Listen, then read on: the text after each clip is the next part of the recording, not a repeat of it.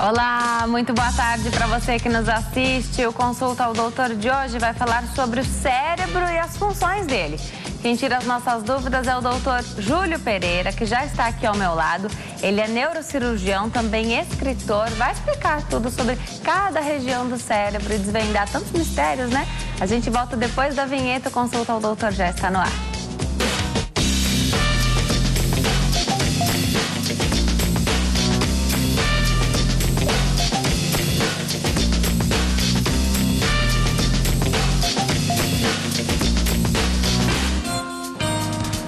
Olá para você que nos assiste de qualquer parte do mundo, o Consulta ao Doutor já está no ar.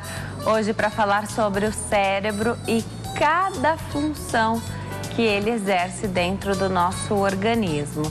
Temos muita coisa a falar aqui no programa de hoje. Já postei qual seria o tema do programa mais cedo. Muitas pessoas já fazem os seus comentários, participem. Vocês podem ligar para cá a qualquer momento durante o programa.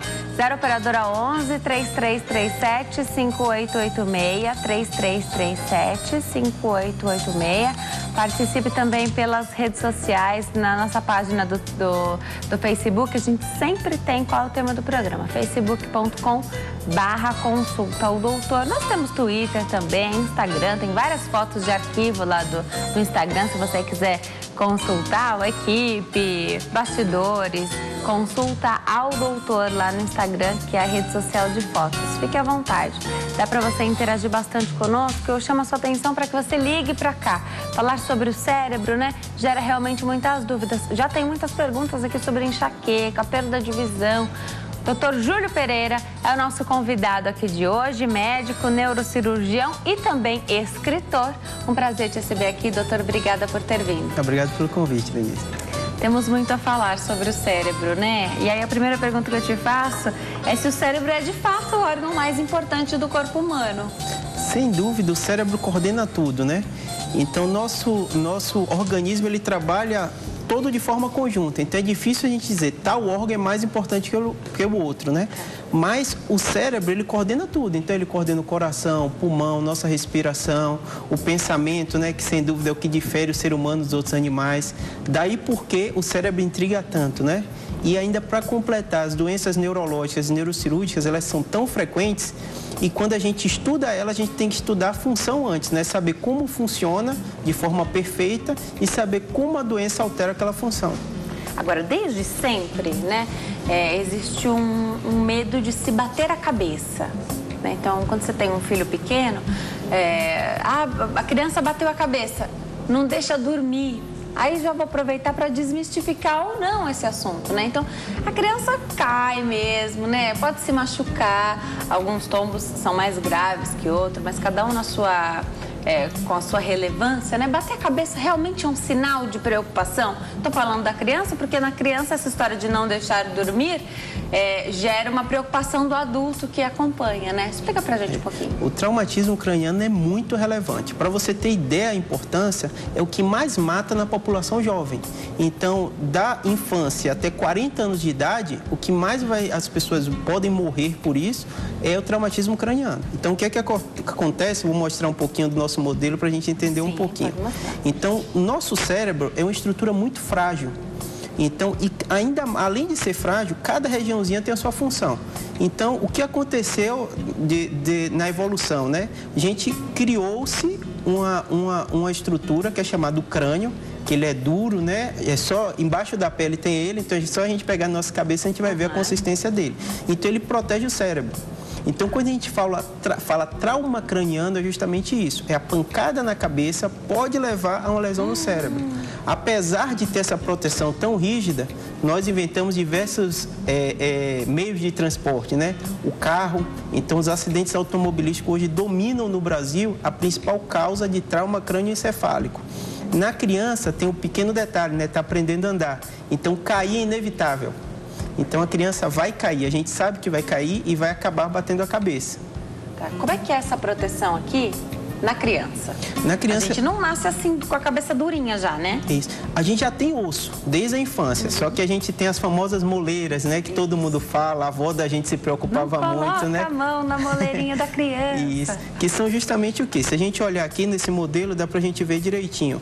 Aqui tem as suturas cranianas e entre elas, onde elas se comunicam, aqui seria a fontanela anterior, que de forma leiga se fala de moleira, né? E a posterior. Cada uma fecha num período específico. Então, o pediatra, quando está avaliando, ele sabe o período mais ou menos que fecha cada uma dessas moleiras. Óbvio que nem toda criança é igual e ele analisa isso. Sem dúvida, o cérebro da criança, o crânio da criança, ele é mais maleável. Então, uma preocupação a mais no caso de um traumatismo. Agora, o que se chama de traumatismo craniano é simplesmente uma pancada no crânio? Uma pancada na cabeça. O traumatismo... Tem que ser forte, tem que gerar um problema lá dentro, ou não? Isso. O traumatismo, ele tem vários graus. Tá. Então, o médico usa o termo para tudo, né? Usa siglas, né? Então, você vai ver muito TCE, que é o trauma crânioencefálico. O TCE, ele tem vários graus, para justamente o médico entender, né? Que essa é a sua pergunta, né? Pode dormir, é grave, não é? O médico classifica o traumatismo leve, o moderado e o grave. O grave, para você ter uma ideia, é o paciente em coma. Então, é aquele paciente que vai ter um acidente, a maioria das vezes acidente automobilístico, motocicleta, alguma coisa desse gênero, de muito impacto. A pessoa vai estar em coma, vai ser o SAMU que vai pegar esse paciente e levar para o pronto-socorro, né? O traumatismo moderado, o paciente está confuso, ele não se orienta, ele tem alguns déficits. E o traumatismo leve, que na maioria das vezes, se a criança cai e bate a cabeça, a gente diz que ele tem um traumatismo leve. A maioria das vezes, em mais de 95% dos casos, o traumatismo leve não vai precisar de muito exame posteriormente. Mas, às vezes, é necessário que o médico observe. Daí se criou um pouco... É um mito, mas tem um fundo de verdade, né? De não deixar dormir. O não deixar dormir, na verdade, é para o médico avaliar, a gente ver se está tudo ok. Consciência, ver se está acordadinho. O confundidor na criança é que a criança cai, chora, fica cansada e quer dormir, né? Isso. Então, as mães sofrem muito com isso, né? Que o médico fala, né? Sempre. Deixa um pouquinho em observação, vê como ela vai ficar, dá alimento para ela. Em casa mesmo, nesses casos, né? Então, bateu a cabeça, essas coisas corriqueiras de criança, né? Claro que se surgir uma dúvida, é o hospital, né? Médico, pois caiu, a princípio não aconteceu nada grave, pode observar em casa, então. Muitas vezes sim. Agora, teve vômito, teve febre, apresentou algum tipo de alteração, hospital. Sem dúvida. Eu tenho uma irmã que tem 2 filhos, né? Que caem o tempo todo, né? Menino, você sabe como, né? Sobe, cai do móvel, né? Então, eu brinco que não tem um mês que ela não me ligue, que ele caiu para perguntar, levo no médico ou não levo, né? E como ela mora em Sergipe, Aracaju, é difícil esse contato próximo, né? Tudo por telefone, né? Sempre pergunto 2 coisas básicas, né? Qual foi o mecanismo do trauma? É diferente uma criança que está correndo e bateu a cabeça, é diferente de uma criança que cai do beliche, por exemplo. E outra é como ele está. A mãe conhece muito bem seu filho. Então, de um modo geral, quando a mãe nota algum tipo de alteração, e principalmente quando ela te liga, quando ela está preocupada, e ela sabe que alguma coisa fugiu ao normal, é interessante sim que o médico seja visto. Tá. Você deu o exemplo da sua família, né? Sendo neurocirurgião, você deve ser bastante requisitado. Já já a gente fala mais sobre isso. Agora eu tenho uma telespectadora que está na linha, fala conosco de Passos, Minas Gerais. É a Maria. Oi, Maria, tudo bem? Oi, Denise, tudo bem? E você? Tudo jóia. Que prazer falar com você. Ai, Denise, você é muito linda, viu? Obrigada, Maria. Você é muito abençoada. Obrigada, querida. Fica à vontade, viu? Sempre um prazer. Ligue sempre que você quiser. Ainda bem que a gente conseguiu falar hoje. Ai, pode obrigada, perguntar. Denise. Faz tanto tempo que eu ligo aí, nunca consigo. Hoje eu consegui, glória a Deus. Amém. Hoje fica à vontade, então, para fazer a sua pergunta. Aproveite bastante esse momento, então. Ah, muito obrigada. Ó, minha pergunta é a seguinte. Por que uma pessoa saudável, que nasceu com tudo normal, nunca teve problema nenhum de saúde, de repente ela fica com atrofia cerebelar global aos 14 anos?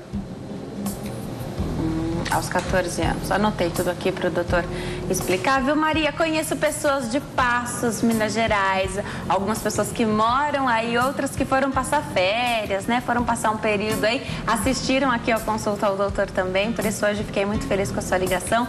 Um beijo para você, Maria, e para todos aí de Passos, em Minas Gerais. Doutor, ela trouxe aqui uma situação diferente, né? Uma pessoa saudável, nunca teve problema nenhum, atrofia cerebelar.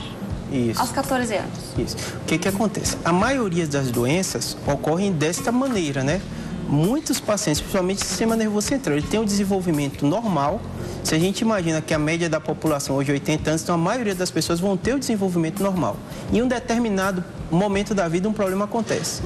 Primeira coisa que eu falo com ela é: todo mundo vai ter doença.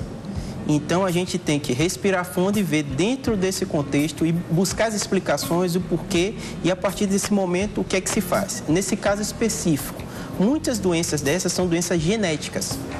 As pessoas me perguntam quando tem algum tipo de doença genética, mas como assim? Meu pai e meu avô não teve? Muita doença genética ocorre de forma esporádica, uma mutação. Então, só aquele indivíduo tem aquela doença, e isso faz com que comprometa o cerebelo. O cerebelo, essa região aqui de trás, no modelo dá pra gente ver. Ah, esse de cor diferente aí atrás. Isso, mais um marrom e mais escuro. Tá. Essa região aqui. E o que é que ele é responsável, o cerebelo? Pela coordenação. Então, tanto pela coordenação como movimento fino. Então, se a criança com 14 anos começa a ter essa atrofia cerebelar, ela pode ter algum tipo de alteração nessa região da coordenação. O que eu orientaria a sua telespectadora? Número 1, ela tem que ter um neurologista acompanhando o caso. De um modo geral, percebeu esse sintoma, a partir daí fez o exame e deu o diagnóstico de imagem, né? O cerebelo dela está atrofiado. Agora a gente vai ter que partir para algumas perguntas, né? Que ela vai responder com o médico dela, né? O porquê isso aconteceu? É uma doença genética? Existe algum teste específico para se detectar essa doença genética? E a partir daí a gente vai tentar partir para a reabilitação. Então, o cerebelo cumpre essa função, mas nosso cérebro, ele tem uma certa plasticidade. Então, muitas vezes, um determinado órgão começa a passar por uma doença, ou atrofia, ou isquemia, ou tem um traumatismo, e os outros órgãos podem ajudar a suprir isso. Então, ela vai ter que passar por essas etapas, né? Aconteceu o problema, a partir daí a gente identificar e passar para o tratamento. Tá. Você falou da reabilitação, né? É possível reverter, acho que não é o termo certo, né? Mas parar de evoluir esse problema, como é que faz? É muito importante essa sua pergunta, porque o que acontece? Um médico trabalha sozinho. Então, a maioria das vezes, o paciente te procura, eu sou neurocirurgião, né? E eu sempre falo, o tratamento hoje ele é multiprofissional. O neurocirurgião, é impossível ele trabalhar sem a enfermeira, sem o fisioterapeuta. No caso dele, especificamente, o fisioterapeuta, ele tem muito teste específico para reabilitar. E, principalmente, para essa criança começar a trabalhar no novo sistema. Ela vai ter, sem dúvida, uma dificuldade de coordenação, já que se fez esse exame, se identificou essa atrofia, e muito disso pode se reabilitar sim.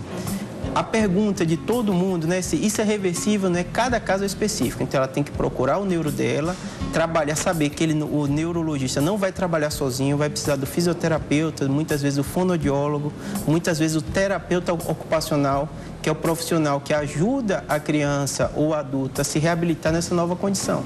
Tá.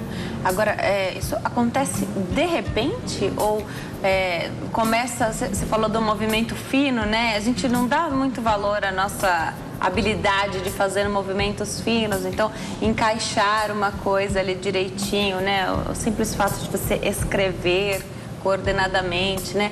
Um cirurgião, por exemplo, tem habilidade extrema no movimento fino ali para fazer o seu trabalho, né? De repente, perde-se essa habilidade motora ou já alguém que perceba, assim, esteja sempre por perto, já vai perceber os mínimos detalhes? Porque sempre a gente fala que quanto antes perceber o problema, melhor é, né? Com certeza. Se tem o problema, quanto antes perceber, melhor. Isso, correto. Cada doença tem sua forma de apresentação. Te dá exemplos de doença aguda que a gente vai lembrar muito rápido, né? O AVC. Então, o AVC, de uma maneira geral, a pessoa está muito bem, de repente aparece sintoma. Então, é questão de segundos a minutos. O aneurisma roto também, geralmente, é segundos, minutos. Agora, algumas doenças, ela tem a manifestação lenta, de crescimento lento ou de modificação lenta. A atrofia cerebelar e algumas outras doenças degenerativas, de um modo geral, ocorre aos poucos. Então, às vezes, se demora a identificar isso como problema, já que a pessoa vai se readaptando àquela nova situação, né? E, às vezes, criança, ela não se queixa, né? Ela vai fazendo as coisas e criança aprende muito rápido, né? E vai dando possibilidades que muitas vezes a gente não percebe. Agora, a nossa telespectadora já perguntou aí do cerebelo, e aí eu pergunto do que é formado o cérebro, então. O cerebelo é uma das partes, é isso? É, sem dúvida. Então, o que acontece? O nosso cérebro, ele é formado por neurônios e células da glia. O nome é feio, mas basicamente são as células que dão suporte. Então, para cada neurônio, a gente tem mais ou menos 9, 10 células da glia. Essas células, elas dão suporte aos neurônios. E elas também têm função. Ela não só nutre esse neurônio, como ela também tem alguma função específica. Então, basicamente, o nosso sistema nervoso, o nosso cérebro, o nosso encéfalo é formado por isso. Pelos neurônios, pelas células da glia. Além disso, nós temos os vasos e tem algumas glândulas também, como a hipófise. Então, dessa maneira e é dessa forma que o nosso sistema nervoso é formado. Tá. Tem telespectadora na linha, é a Rosália, fala conosco de Caxias. Vamos ver qual é a pergunta da nossa telespectadora. Oi, Rosália, tudo bem? Boa tarde. Boa tarde, tudo bem? Tudo jóia, seja bem-vinda, falando conosco do Rio de Janeiro. Obrigada, viu? De nada, que isso, vocês são muito úteis aqui pra gente. A gente fica bem feliz, porque a nossa missão é mesmo levar bastante informação. Que bom ter sua companhia e agora a sua pergunta, né? Obrigada. De nada. Pode perguntar. Eu gostaria de saber que a minha mãe ela faz tratamento no INCA. Ela tem câncer no crânio. E os médicos falaram pra mim que está atingindo a meninge dela. Aí, ano passado, ela estava fazendo 70 anos. Ela estava mal, perdendo assim, não conseguindo andar, andando toda encurvada, não querendo comer. Hoje, ela vai fazer 71 anos, tem um ano.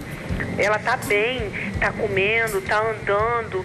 Só que eu pergunto aos médicos assim, o que acontece? O que pode acontecer com a minha mãe? Os médicos não me explicam, são vários médicos, cada vez muda. Ela já está nesse tratamento do câncer há 12 anos. E a última vez, que foi no ano passado, eles deram 6 meses de vida a ela. Mas está fazendo um ano, né, que eles me falaram isso. E o que está acontecendo? O que tem a ver a meninge com câncer do crânio? Você poderia me dar essa informação? Obrigada, viu, Rosália, pela sua pergunta. A gente sempre aborda aqui, inclusive, os médicos que dão um prazo de vida, né, para os pacientes. Graças a Deus, eles têm errado em sua maioria, né? Porque eles não são Deus, não é verdade? Com certeza. Cada organismo é um organismo, né? A primeira coisa que eu falo antes de responder uma pergunta específica é que é difícil saber o detalhe de um caso, né? Mas a gente pode orientar de uma maneira geral e muitas vezes esclarece muitas dúvidas, né? Então, a primeira informação que ela deu foi sobre o crânio, né? Isso. Então, o que é que seria? Seria, a gente já falou um pouquinho, seria essa substância óssea que está envolvendo e protegendo o cérebro. Então, o cérebro estaria aqui dentro. Abaixo do crânio, o que é que a gente encontra? As meninges. Então, muitas vezes, se um paciente tem um tumor no crânio, se esse tumor for crescendo, ele pode invadir a meninge e, posteriormente, até invadir o encéfalo.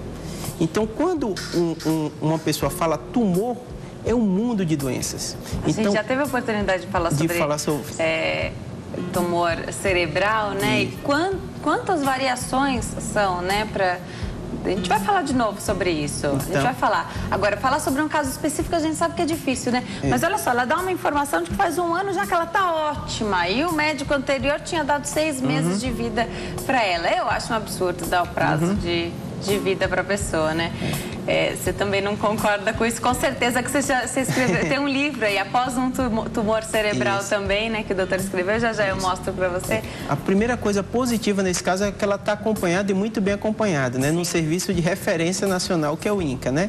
Então, esse é o primeiro ponto, né? De cada tumor, prazo de vida, quanto tempo, primeiro aspecto mais importante é saber o subtipo de tumor.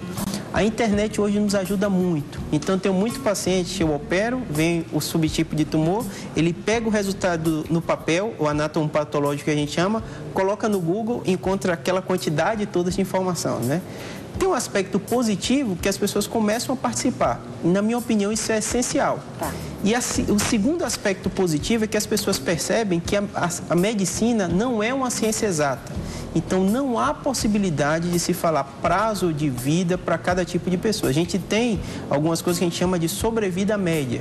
Então, alguns tipos de tumores, a gente sabe que a maioria das pessoas que tem aquele tipo de tumor, a sobrevida média é um determinado tempo. Tá. Só que em nível populacional isso é interessante para se criar tratamento, tudo isso. Mas em nível individual, não tem como. Então, cada organismo é organismo, cada pessoa reage diferente ao tratamento.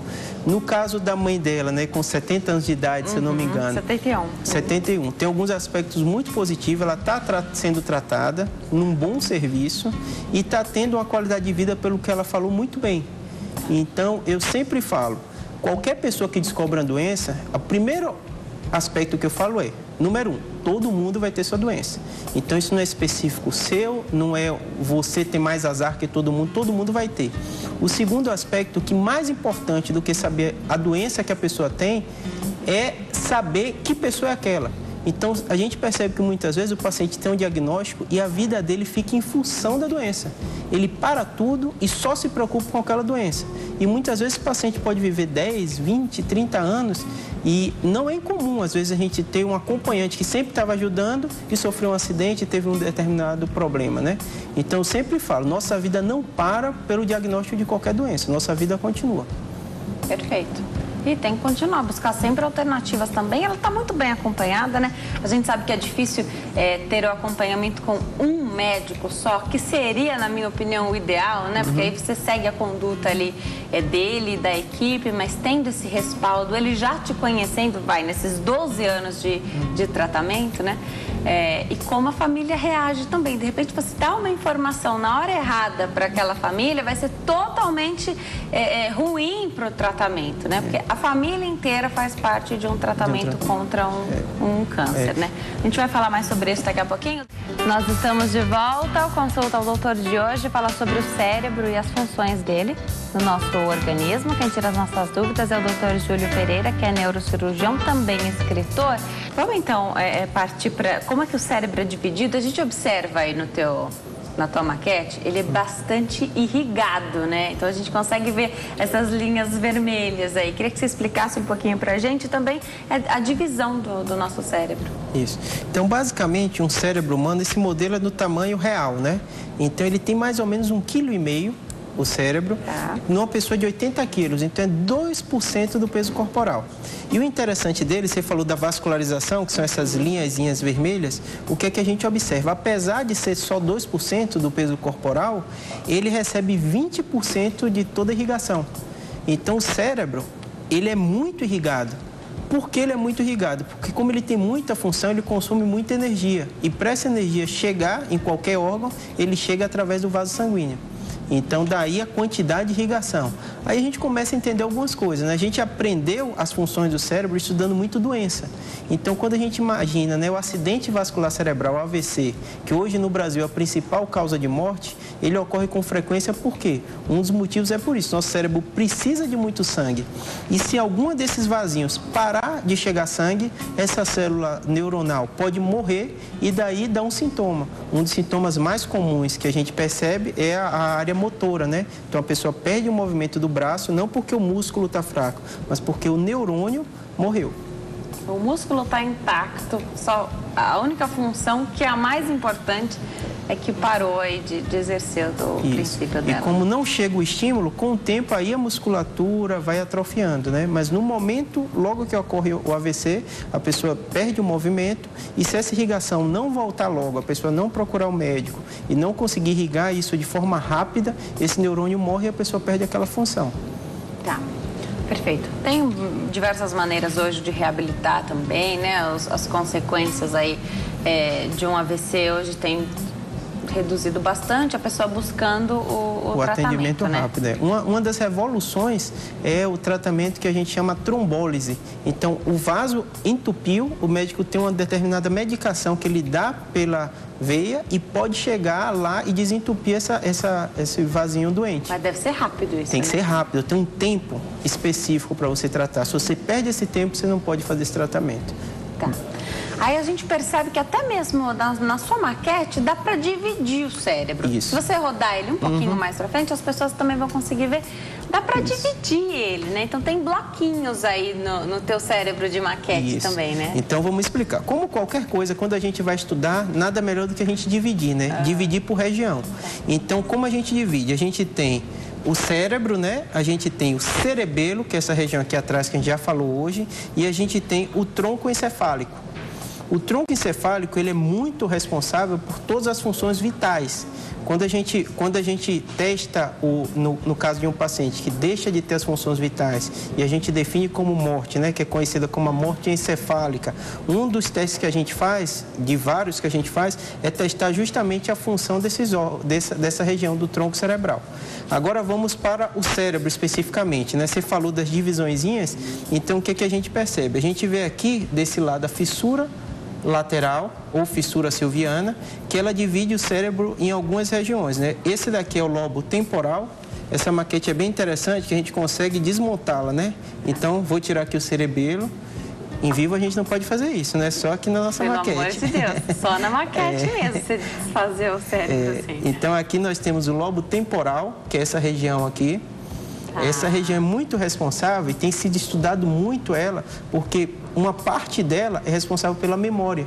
Então, quando a gente fala de memória, a gente fala de lobo temporal. Então, quando se estuda doença de Alzheimer, a gente estuda essa região e outra que eu vou mostrar. Aqui a gente vê a parte que é o lobo frontal.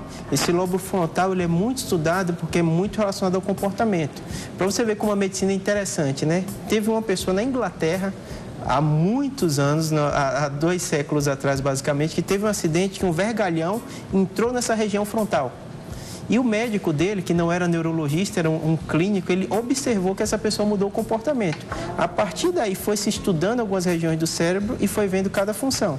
Então, tirando essa região daqui, quando a gente tirou o temporal, a gente vê também essa parte que a gente chama sistema límbico. Doutor, vou dar uma interrompida rapidinho na sua explicação, mas eu volto aí porque eu quero saber mais sobre a questão da memória. Ali ninguém quer perder a memória, doutor.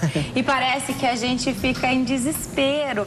É o menor sinal de que a nossa memória falhou, está falhando. Às vezes nem é a questão do Alzheimer, em qualquer idade, pode ser um estresse. Enfim, a gente vai falar mais sobre isso daqui a pouquinho. Tem um telespectador que está na linha, é o Renato, fala conosco de Ferraz de Vasconcelos. Oi, Renato, tudo bem? Boa tarde. Oi, tudo bem? Boa tarde. Boa tarde. Em primeiro lugar, parabéns pelo programa. São esse formato de programa que a televisão brasileira está precisando, programa de qualidade. Obrigada, querido. Obrigada mesmo. A minha pergunta, eu quero perguntar para o doutor, é o seguinte. É mito ou é verdade a respeito do chocolate? Principalmente quando a gente vai fazer alguma prova, se o chocolate ele ajuda a ativar, ajuda a gente a pensar. Às vezes muitas pessoas perguntam sobre isso.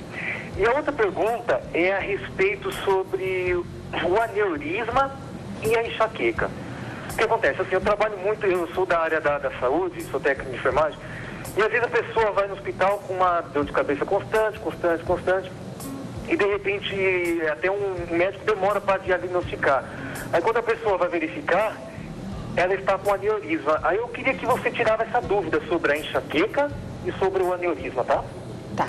Obrigada, viu, Renato? Um abraço para você aí, para todos de Ferraz de Vasconcelos aqui em São Paulo. Doutor, responde apenas a primeira pergunta enquanto eu vou me posicionar para dar um recadinho, aí depois a gente volta e responde a questão da enxaqueca e do aneurisma. Para tirar a dúvida do Renato e de tantas pessoas, é mito ou verdade sobre a questão do chocolate, se ele realmente seria bom para o cérebro?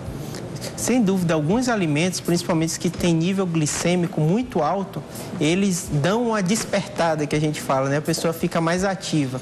Então, não só o chocolate, como a cafeína, ele tem uma série de relações com algumas substâncias, que a gente chama de neurotransmissor. E um dos mais importantes que a gente chama é a serotonina. Então, não há dúvida que diversos alimentos, principalmente que são ricos em açúcar, eles podem dar, sim, uma sensação de bem-estar. Perfeito. Vou dar um recadinho para quem está em casa, mas eu volto já para saber a questão do aneurisma e da enxaqueca. Aliás, tendo alguém que trabalha aí com a saúde também, alguém que vive, viu, doutora, a realidade dos hospitais hoje, onde a gente vê as pessoas morrendo sem antes ter um diagnóstico, de repente algo tão simples que poderia ter sido resolvido rapidamente, ali evitado a morte do paciente por essa espera, por essa falta, né? Você não tem um médico ali de repente, mas você tem outros profissionais que de repente poderiam dar essa pista, né? Então falar, olha, aqui realmente é grave, né? Então precisa realmente do auxílio e do apoio médico. Vamos voltar a conversar com o doutor Júlio? O nosso telespectador Renato também perguntou sobre enxaqueca e aneurisma. Importante, né? Porque eu falei, quem trabalha na saúde, né? sabe da dificuldade de ver pessoas morrendo em filas antes de receberem um diagnóstico, um tratamento. Queria que você falasse um pouquinho sobre isso. Aliás, sobre enxaqueca, tem muitas perguntas chegando no Facebook, eu vou caminhar até aí também para poder passar para você, doutor. Aneurisma e enxaqueca, explica pra gente. Em primeiro lugar, Renato, parabéns pela sua profissão, né? Sem dúvida, sem técnico de enfermagem, o hospital não funciona, né? Então, eu sempre falo, a primeira coisa que eu faço quando vou ver um paciente é conversar com o técnico, né? Que o técnico de enfermagem está o tempo todo do lado do paciente. Agora, respondendo a sua pergunta. O aneurisma, qual o grande problema? É uma doença muito grave. Então, o aneurisma roto, ele tem uma mortalidade, uma morbidade muito alta. Uma das doenças mais graves na medicina que a gente costuma ver, né? Então, o que acontece? Qual o grande fator confundidor no aneurisma? A primeira coisa é que o sintoma dele, de uma maneira geral, é a dor de cabeça. Só que uma dor de cabeça muito intensa, de uma intensidade que foge ao comum. Então, é bem comum o paciente, quando o médico especialista chega para perguntar, ele pontuar a dor. E a maioria dos pacientes refere, ele já fala quase automaticamente, essa é a pior dor de cabeça da minha vida. Então, existe, como a dor de cabeça, por outras causas, como enxaqueca, ela é muito comum. Para você ter ideia, quase 10% da população tem enxaqueca, o diagnóstico, uma cefaleia primária, e uma grande parte das pessoas, mesmo que não tem enxaqueca, tem uma dor de cabeça ou 2 por ano. Então, se a gente fosse fazer uma enquete aqui, né, a maioria das pessoas ou tem enxaqueca, ou conhece alguém, então é uma doença muito comum. O aneurisma não é tão comum quanto a enxaqueca ou a cefaleia primária. Então, o médico tem uma série de critérios. Em inglês, eles chamam red flags, que é justamente os sinais de alerta ou as bandeiras vermelhas que o médico, quando pergunta, ele vai ver. Tendo presente esses sinais de alerta, é indispensável fazer um exame de imagem, que é a tomografia. O grande problema, como o Renato deve presenciar e outras pessoas, é fazer essa diferenciação, né? Então, o paciente, de um modo geral, é visto pelo clínico, no pronto-socorro. Se esse clínico nota que algum desses sinais de alerta, ou ele chama o especialista, que pode ser o neurologista ou o neurocirurgião, e pede o exame de imagem. O exame de imagem, sim, que dá o diagnóstico. Então, muitas vezes, o que a gente nota e que pode ocorrer, que alguns casos, como o Renato referiu, esse probleminha na identificação e na chegada do pronto-socorro. Porque você percebe, muitas vezes não é nem o médico, o paciente nem chega ao profissional de saúde. Ele tem a dor de cabeça, a família não dá tanta importância, é assim mesmo, é uma dor. Tem que perguntar. Como é que está essa dor? Essa dor está muito intensa, foge ao comum, então essa pessoa tem que ir no pronto-socorro. E não ficar aguentando isso, né, em casa. Ir mesmo ao hospital. Você falou da escala aí de dor. Hoje em dia se faz muito isso, né? Então, quando você chega num hospital ou num pronto-socorro, as pessoas perguntam a escala de você está sentindo dor de 1 a 10. Qual é a nota que você dá, então? Onde 1 é o mais fraco e 10 é o mais forte, essa dor, né? Existe isso hoje, até mesmo para devolver qualidade de vida, as pessoas que sofrem com algumas doenças que causam dor, né? Para reduzir nessa escala aí de dor e devolver qualidade de vida para a pessoa, né? Sem dúvida. A pergunta do Renato também tem um pequeno detalhe que ele fala, enxaqueca e aneurisma. Porque são 2 fatores que podem acontecer juntos. Então, não impede que alguém que tem enxaqueca também tenha um aneurisma. Só que o que é que eu explico? A mesma forma, a característica da dor é diferente. Então, eu já tive pacientes que tinham enxaqueca e descobriram também aneurisma. De um modo geral, quando há uma ruptura desse aneurisma, o paciente tem uma manifestação, um tipo de dor diferente. Outra pergunta que é muito comum no consultório, Denise, é: eu tenho dor de cabeça. O paciente tem uma dor de cabeça e chega, eu preciso fazer exame de imagem ou não? Então, alguém que sabe que tem um enxaqueca e pergunta, eu posso ter um aneurisma também? Então, hoje não há evidência que você tem que fazer triagem de angiorressonância, que é o exame que dá para ver o vaso, em toda a população. Tem algumas situações específicas, principalmente quem tem história familiar. Então, se a pessoa tem 2 parentes de primeiro grau que tiveram aneurisma, essa pessoa merece ser triada. Sem dor nenhuma, ela deve fazer o exame de imagem. Se for identificado o aneurisma, a depender da característica desse aneurisma, ele deve ser abordado. Tá. Você estava desfazendo aí, desmontando o seu cérebro, você chegou aí na parte da... Isso. Então, a gente tirou o cerebelo, né? Tiramos o lobo temporal, a gente falou um pouquinho das funções dele. E aqui a gente tem o sistema límbico ou o lobo da ínsula, que ele é muito responsável, o lobo da ínsula, por muita a memória e também pelo comportamento, pelas emoções. O lobo temporal a gente falou, o lobo, eu tenho que levantar um pouquinho, que é essa parte daqui, o lobo parietal e esse aqui de trás que é o lobo occipital.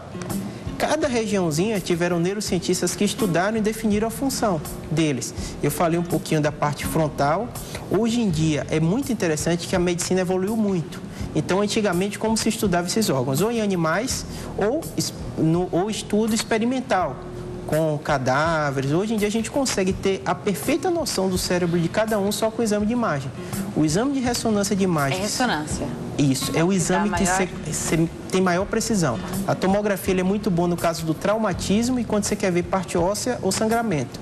Mas quando você quer ver o cérebro, você usa a ressonância. E para você ter ideia, Denise, ainda não está na prática clínica bem difundida, mas em pesquisa e vai chegar também para a prática clínica, a gente tem uma ressonância que a gente chama funcional. A gente pede para a pessoa fazer uma série de atividades e consegue ver como o cérebro está funcionando. Na hora, né? Na hora. Então, isso mudou toda a nossa forma de ver. Você pode pedir para a pessoa ler, falar, pode mostrar a imagem que tem algumas emoções e ver como isso funciona. Isso, sem dúvida, vai trazer nos próximos anos uma grande revolução na medicina. Agora, eu já recebi aqui diversos oftalmologistas e alguns deles, quando a gente chega num determinado ponto, eles falam, aí pode ser um problema...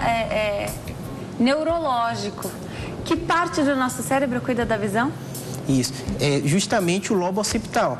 Tá. Então, isso que é interessante. A gente começa a falar de órgãos e eu assisto o seu programa, né? Você vê, você traz o oftalmologista, você traz o ortopedista, mas está tudo conectado, né? Por isso que é interessante os profissionais lidarem juntos. Tá. Então, o oftalmologista, ele cuida do globo ocular, ele estuda também a parte do nervo, mas num determinado momento isso vai para o encéfalo.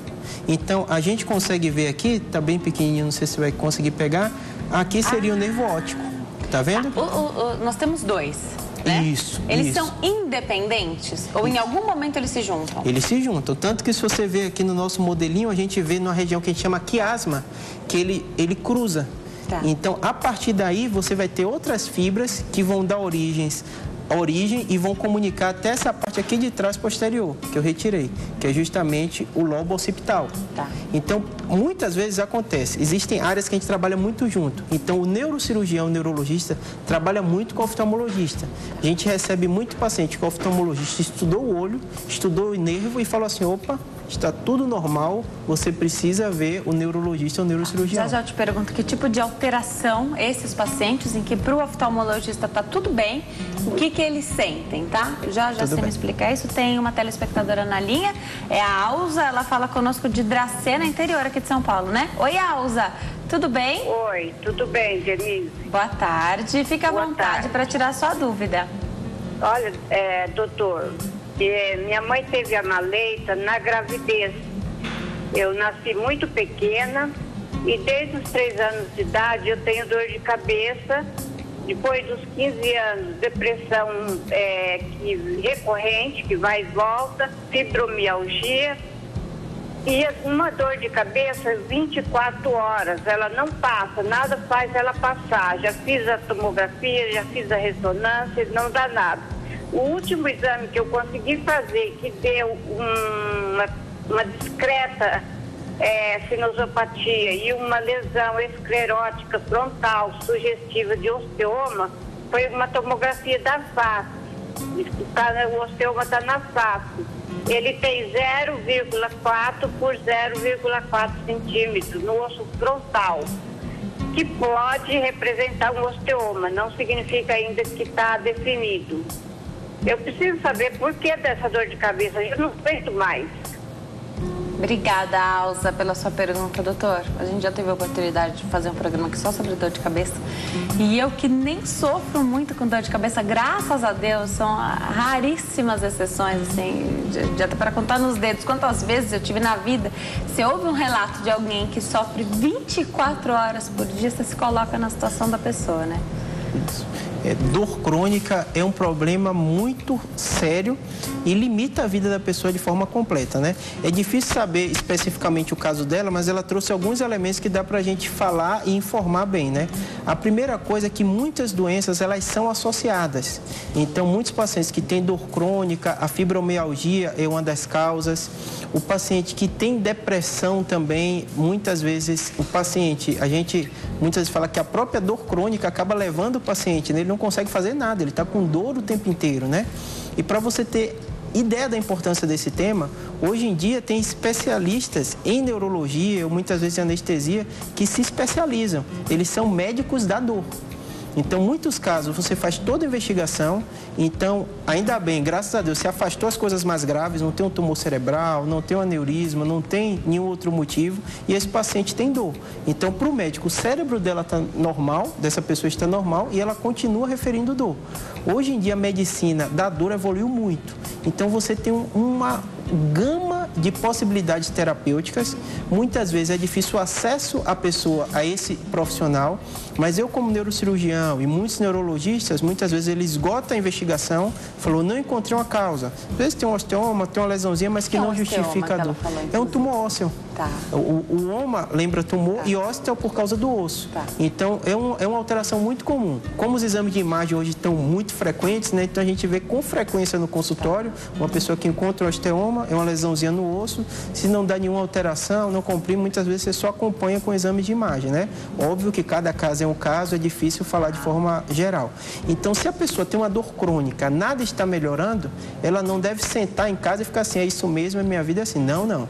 Ela tem que procurar o especialista. Então, muitas vezes, o neurologista ou o neurocirurgião, isso acontece comigo muitas vezes no consultório. Eu faço toda a investigação, não tem uma causa, eu sempre falo com o paciente, isso não é notícia ruim, não. Isso é uma notícia boa. Excelente. As pessoas querem ver doença grave para justificar dor, mas eu falo, muitas vezes a pessoa tem uma dor intensa sem nenhuma doença grave. Mas só a dor, ela já é uma doença importante, porque limita muito. Então, ela precisa, sim, procurar o especialista dela, quem ela conversou, quem fez a investigação, para ele apresentar ela as outras opções. E muitas vezes o médico da dor pode ser o recurso para esse paciente. Perfeito.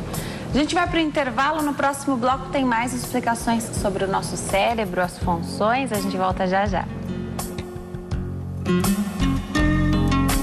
Nós estamos de volta ao Consulta ao Doutor de hoje, fala sobre o cérebro e as funções dele no nosso corpo. Quem tira as nossas dúvidas é o doutor Júlio Pereira, que é neurocirurgião, também escritor. Já já eu mostro os livros do doutor. Tem muita gente mandando perguntas e recados aqui na nossa página do Facebook. A Tamares Bianca, Ednei Américo, Juliana Magalhães, Adriana Matos, um beijo para vocês. Muito obrigada pela companhia diária e principalmente pela confiança, né?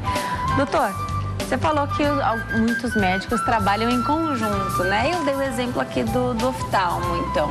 Uma parte do cérebro que é também responsável pela visão. Quando está tudo ok para o oftalmo, o paciente ele está se queixando do quê? O que pode ser? Que alteração pode ser essa? Isso. De um modo geral, algumas alterações são difíceis de ser descritas pelo paciente, né? Então, o que a gente ouve muito? Minha visão não está normal, minha visão está embaçada, eu estou com alguma dificuldade para ler, a luz pode estar incomodando muito. Então, quando você tem essas queixas, a primeira coisa que a gente faz é mandar para o oftalmologista. Eu brinco que o olho não é só a janela da alma, não, é a janela do cérebro também. E o oftalmologista faz uma série de testes, né? O campo visual, para ver se tem alguma alteração do campo, se a pessoa está vendo tudo corretamente. Ele faz o fundo de olho, dá para ver diretamente esse nervo por esse tipo de exame. Muitas vezes ele pede um exame específico, que é a retinografia, ele vê se a retina do paciente está tudo ok. E muitas vezes ele não encontra nenhuma causa no olho que justifique isso. E ele manda para o especialista, ou para o neurologista e algumas vezes para o neurocirurgião. O que a gente faz? A gente vai estudar o resto do sistema visual. Então, a gente vai ter que estudar a parte que envolve o encéfalo até chegar à região occipital, que é responsável também pela visão. Muitas vezes, o seu primeiro passo depois de examinar o paciente e colher a história, fazer o exame de imagem, né? E a ressonância muitas vezes ajuda a gente. Para você ter ideia, né? Como o cérebro é interessante. No meio dos dois nervos ópticos tem uma glândula que chama hipófise. E um tumor da hipófise, que é o terceiro ou quarto tumor mais comum do sistema nervoso central, se ele cresce muito, pode comprimir o nervo. Então, o tumor de hipófise pode ser uma causa de uma alteração visual. Tá. Adriana de Freitas disse que bateu a cabeça mais ou menos 2 anos atrás, ficou com tontura e depois passou, fez uma tomografia e não deu nada. É motivo de preocupação anos depois? Não? É muito raro, depois de um traumatismo, você ter um problema anos depois. O que pode acontecer muito na população idosa, tem um hematoma que a gente chama hematoma subdural crônico. Então é bem comum o idoso ter uma queda, muitas vezes ele vai no pronto-socorro, faz o exame de imagem, está tudo normal. Depois de 15 dias ele começa a ter uma dor, ter algumas alterações e quando você faz um novo exame, você identifica esse coágulo, né? Então esse é um pouco das alterações tardias. O que acontece em traumas importantes é que muitas vezes a pessoa tem um traumatismo craniano e depois desse trauma ele tem algumas alterações, que a gente chama síndrome pós-concussão. Concussão seria pancada na cabeça. Então tem gente que fica mais irritado, tem gente que fica mais nervosa, tem gente que tem uma dificuldade para dormir, mas de uma maneira geral isso dura semanas no máximo, pode chegar até a meses, né? Depois de uma pancada muito forte. Doutor, eu vou dar um recadinho para quem está em casa, mas tem alguns esportes, né, de luta, boxe, MMA, né, que tem muitas pancadas na cabeça. Já eu volto para saber se isso prejudica. Alguns esportes têm a proteção, outros não. E dá muita aflição assistir a esse tipo de programação, né? Porque poxa, ninguém quer, né, ter mesmo pelo esporte, né, ter uma lesão anos depois, né? Até o próprio oftalmologista já esteve aqui e disse que muitos têm alterações visuais, né? Quero saber se é do olho mesmo ou se a alteração começou ali no cérebro, tá? E mais, se com todas essas funções do nosso cérebro a gente só usa 10% dele, já. Você disse se isso é mito ou verdade. Vou voltar a conversar com o doutor? Com tantas funções do nosso cérebro, doutor, é verdade ou é um mito que a gente só usa 10% dele? Esse é um mito muito bem difundido, né? Eu não sei direito a explicação, eu acredito que é porque para cada neurônio a gente tem 10 células da glia, 9 a 10 células da glia, e se criou esse mito, né? Por que a gente diz com tanta certeza que isso é mito, Denise? Principalmente porque hoje a gente tem estudo funcional, né? Então a gente não estuda só cérebro não vivo, a gente consegue estudar a função do cérebro quando a pessoa está escrevendo, quando ela está lendo alguma coisa, quando ela está pensando, e a gente vê que grande parte do cérebro está funcionando. Você já ouviu essa história dos 10% também, comum, né? É muito comum. Vem no WhatsApp, no Facebook, né? Por isso que o doutor falou que é importante, né, ter a internet para pesquisar, mas saber de que fonte são essas informações, né? Porque tem muita coisa boa na internet, tem mesmo. Mas tem muita coisa ruim também. Desinformação, né? Muita desinformação também que tem na internet. A principal estratégia é ver quem está escrevendo aquilo ou de onde está vindo. Então, hoje na saúde, a maioria dos hospitais, das associações, das sociedades médicas tem site e tem informação para o público, né? De maneira que não seria médico, né? Então ele escreve de forma muito coerente. Simples, que dá para entender.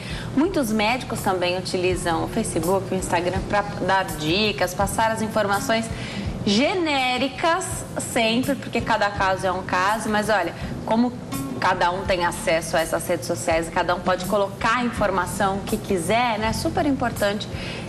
Hoje a gente está falando aqui sobre o cérebro e as funções, né? Mas quando a gente fala sobre dietas, por exemplo, tem muita gente que coloca na internet o que elas fazem, né? O que não significa que é bom para todo mundo e cada um influencia muita gente, né?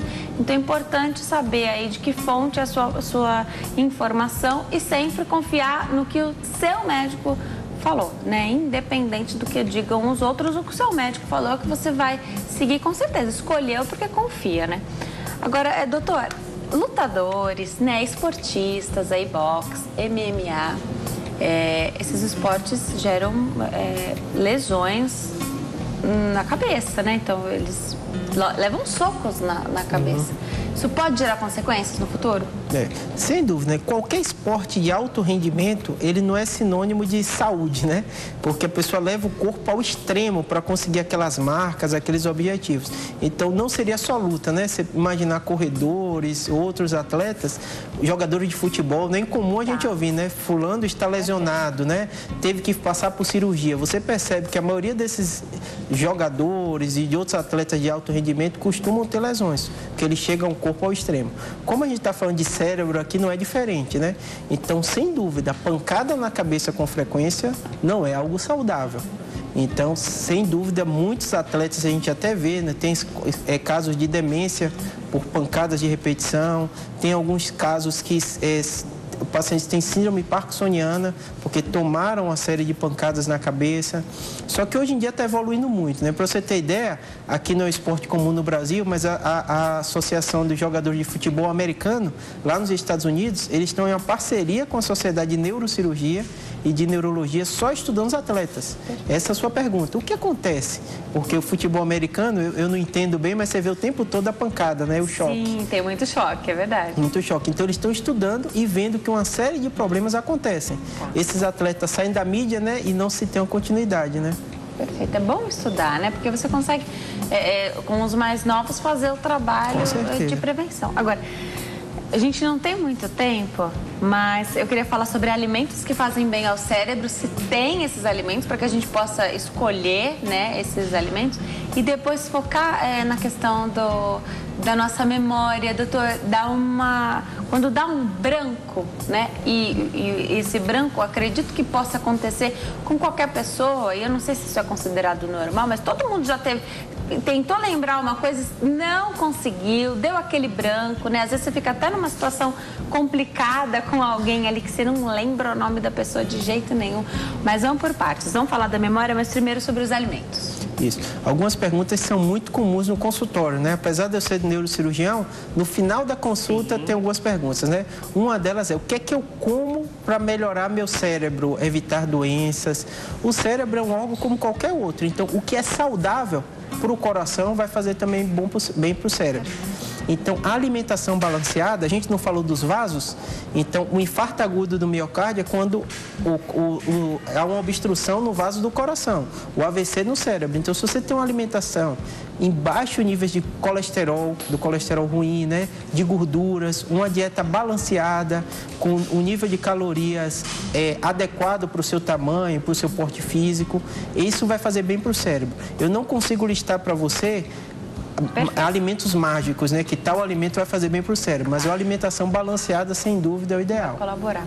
E a questão da memória, doutor? É comum ter um branco de vez em quando? Muito comum, Denise. Essa é uma pergunta frequente no consultório, porque o que é que acontece? Na nossa sociedade, eu, você, todo mundo passa por isso, né? Onde é que eu coloquei a chave, esqueci o número, esqueci alguém, esqueci de pagar uma determinada coisa.